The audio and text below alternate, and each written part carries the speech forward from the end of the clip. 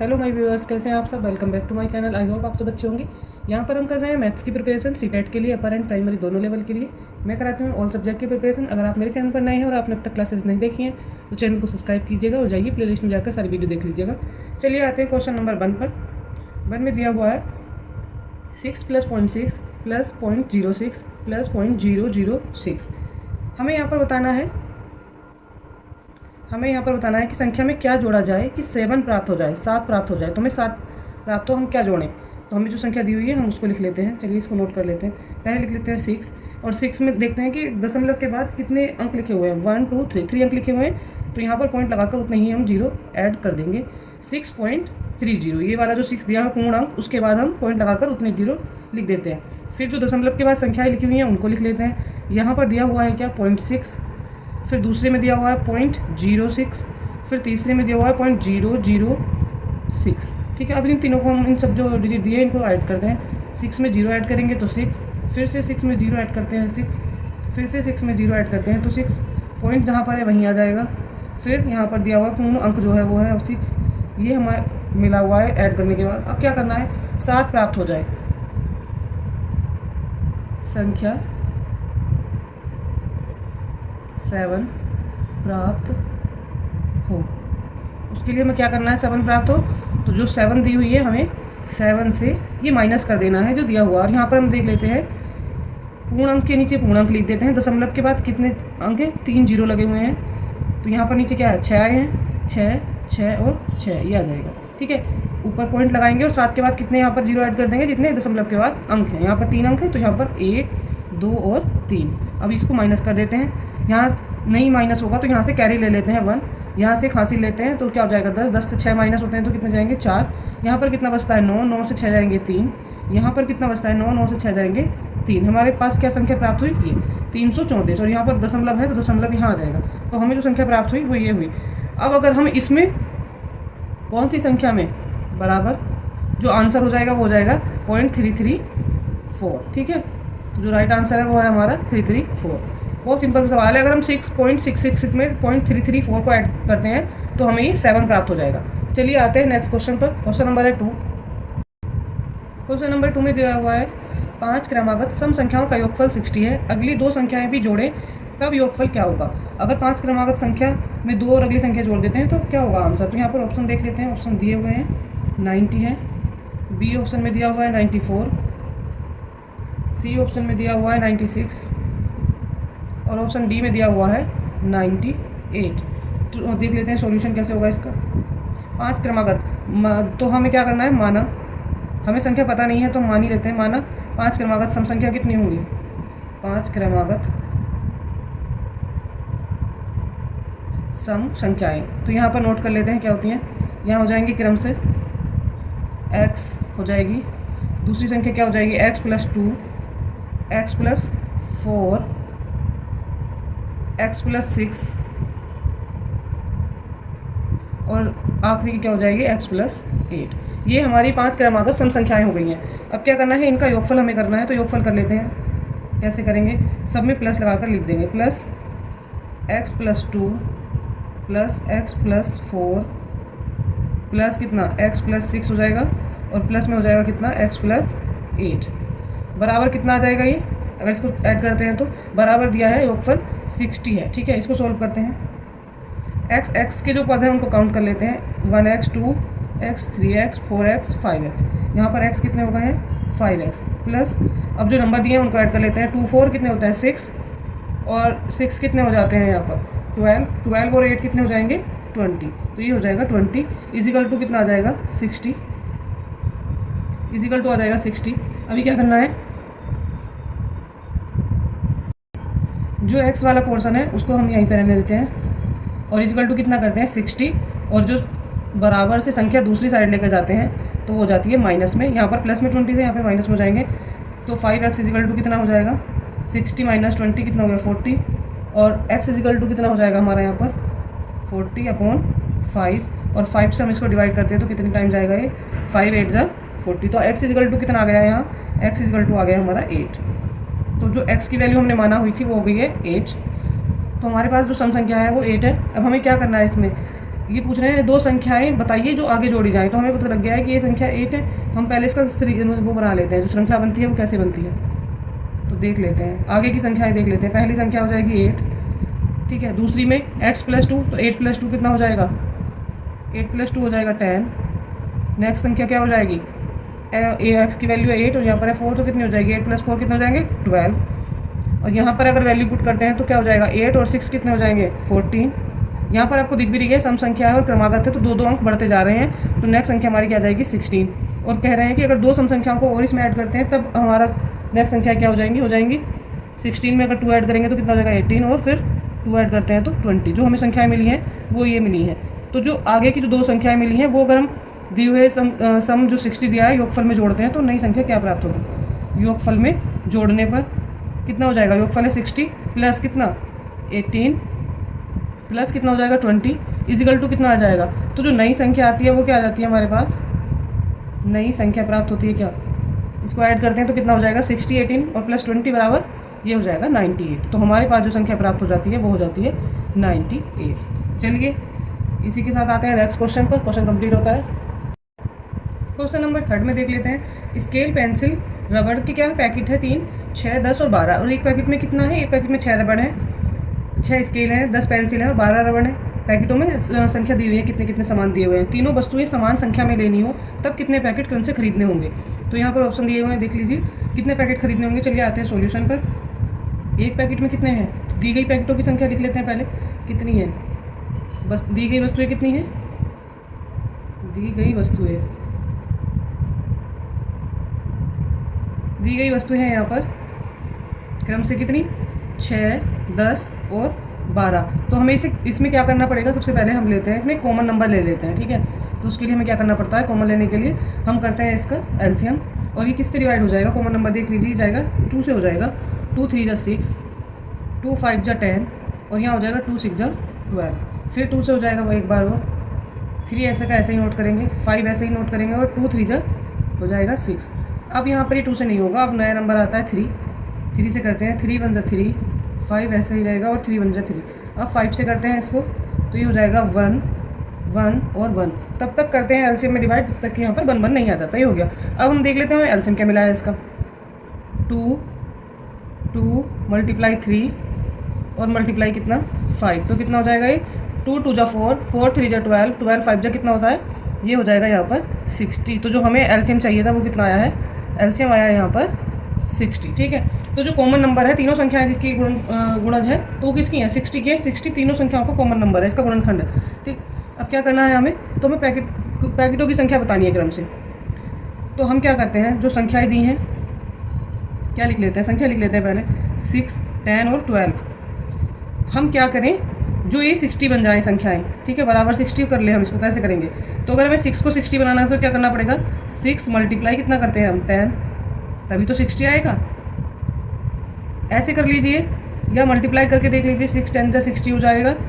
या इसको ऐसे कर लीजिए आप, पहले इस संख्या से करके देख लीजिए 60 y कितना 6 बराबर आ जाएगा 6 10 = 60। तो पहला अंक 60 आ गया।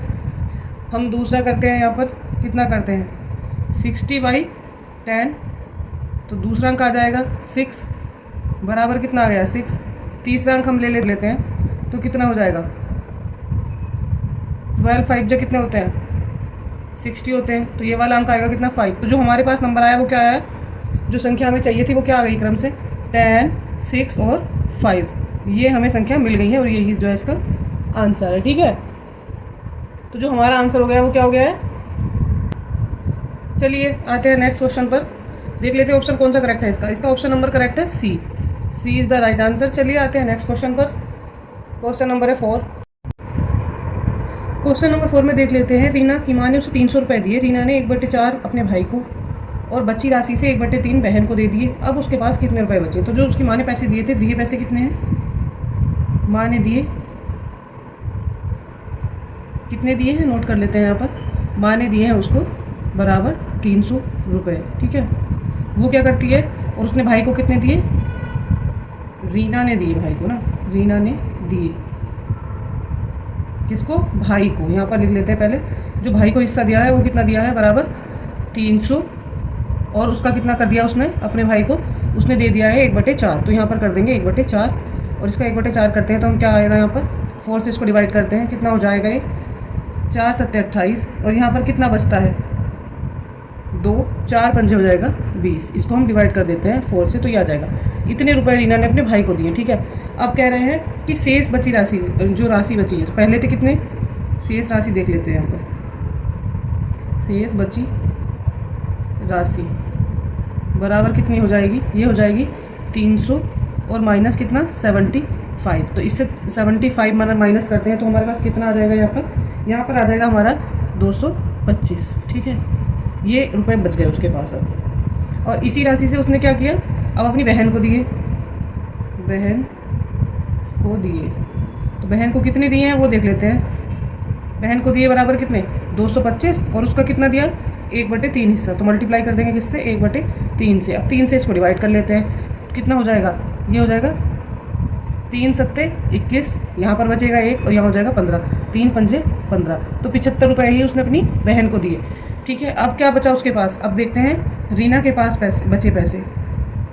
तो ये रीना के पास वाले पैसे बताने कितने हैं, रीना के पास बचे, तो रीना के पास कितने बचते हैं तो बताइए कैसे करेंगे इसको। तो ये कर देंगे जो हमारे पास लास्ट में धनराशि थी वो देख लेते हैं कितनी थी 225 और माइनस कितना हो जाएगा 75 इजिकल टू कितना आ जाएगा यहाँ पर, इससे इसको माइनस कर देते हैं तो कितना आ जाता है, ये आ जाएगा 150। इतने रुपए रीना के पास बचते हैं और यही हमारा आंसर है। तो यहाँ पर देख लेते हैं जो राइट ऑप्शन है वो कौन सा करेक्ट है, ऑप्शन नंबर बी राइट है, B is the right answer. बहुत ईजी सिंपल सवाल आते हैं क्वेश्चन में। चलिए आते हैं नेक्स्ट क्वेश्चन पर, क्वेश्चन नंबर है 5। क्वेश्चन नंबर 5 में देख लेते हैं कि कौन सा आंसर यहाँ पर सही हो जाएगा। यहाँ दिया है कौन सा सत्य है, 3 समकोण बराबर 300 डिग्री होते हैं, 3.5 समकोण बराबर 315 डिग्री होता है, 2 समकोण बराबर 190 होता है, या 2.5 समकोण बराबर 215 डिग्री होता है। तो हमें ये बताना है कि कौन सा इनमें से सही है, ठीक है। तो चलिए चलते हैं अपने क्वेश्चन पर, करते हैं सोल्व।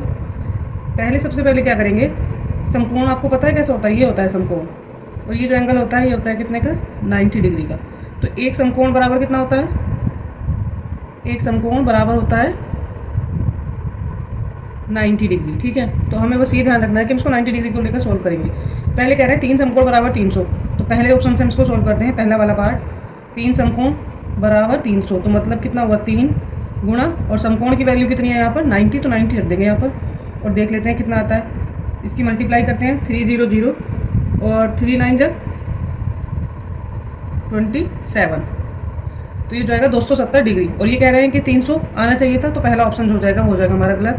अब आते हैं सेकंड ऑप्शन पर। सेकंड ऑप्शन दिया हुआ है हमारा 3.5 समकोण। 3.5 समकोण का मतलब कितना होता है, तो इसका हम क्या कर लेते हैं, इसका हम मिक्स ओपन कर लेते हैं सबसे पहले। तो ये हो जाएगा 3 सही 1/2, तो इसका मिक्स ओपन करेंगे तो कितना हो जाएगा 3 2 6 और 1 7/2। तो ये हो जाएगा हमारे पास 7/2 और हमें क्या करना है यहाँ पर समकोण रखना है। तो समकोण कितना है हमारा 90।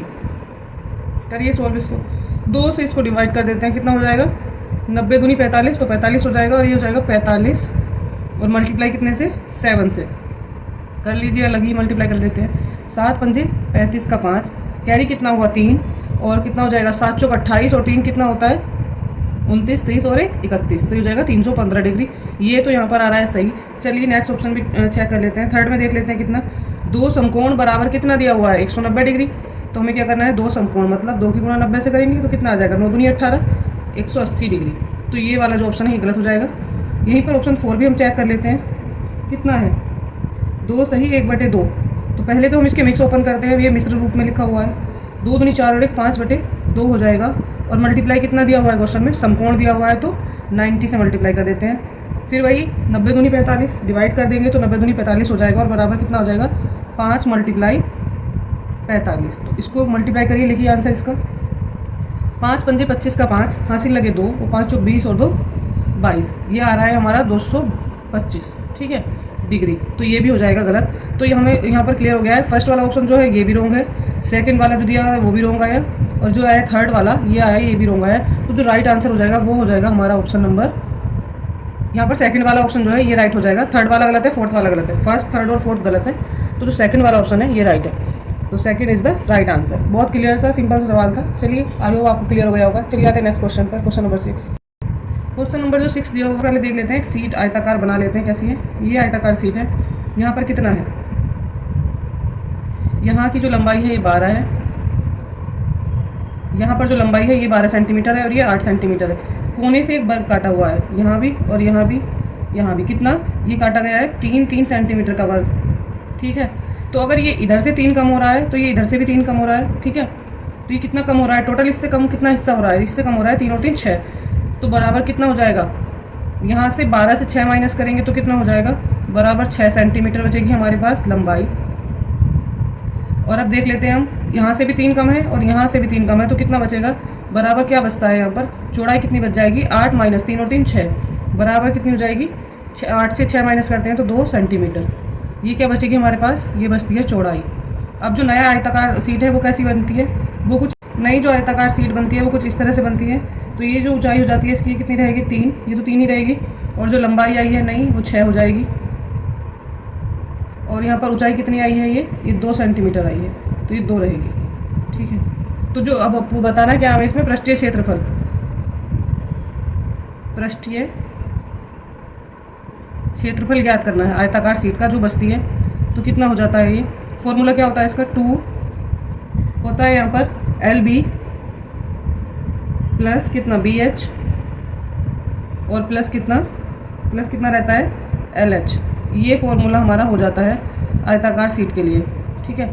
तो यहाँ पर हमें देखना है क्या क्या दिया हुआ है, L बराबर कितना 6, और यहाँ पर कितना B बराबर कितना दिया हुआ है, यहाँ पर दिया हुआ है हमें 2, और C बराबर कितना दिया हुआ है यहाँ पर हमें, यहाँ पर दिया हुआ है 3, ठीक है। चलिए कर लेते हैं इसको, फॉर्मूले में ये वैल्यू रख लेते हैं और हमारा क्वेश्चन जो है वो सॉल्व हो जाएगा। तो 2 और यहाँ पर कितना, L की वैल्यू कितनी है शुरू में जो दी हुई है 6 है, और मल्टीप्लाई बाई B की वैल्यू कितनी है 2, प्लस B की वैल्यू कितनी है 2, और H की वैल्यू कितनी है यहाँ पर, यहाँ पर ये H है, H की वैल्यू कितनी है यहाँ पर, H की वैल्यू दी हुई है 3 मल्टीप्लाई 3, प्लस यहाँ पर L की वैल्यू कितनी है 6, और H की वैल्यू कितनी है यहाँ, H की वैल्यू यहाँ पर 3, करते हैं मल्टीप्लाई, कितना आ जाएगा, 2 ऐसा ही रहेगा, पहले अंदर ही कर लेते हैं, 6 2 जा 12 प्लस 2 3 जा 6 प्लस 6 3 जा 18, करते हैं इसको, कितना हो जाएगा, ये हो जाएगा,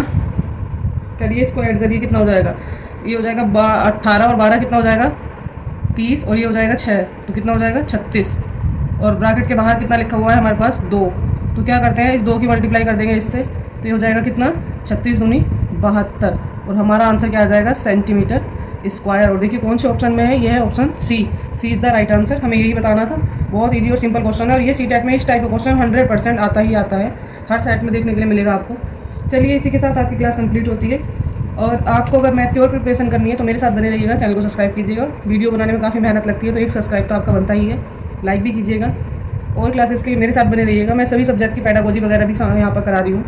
थैंक यू।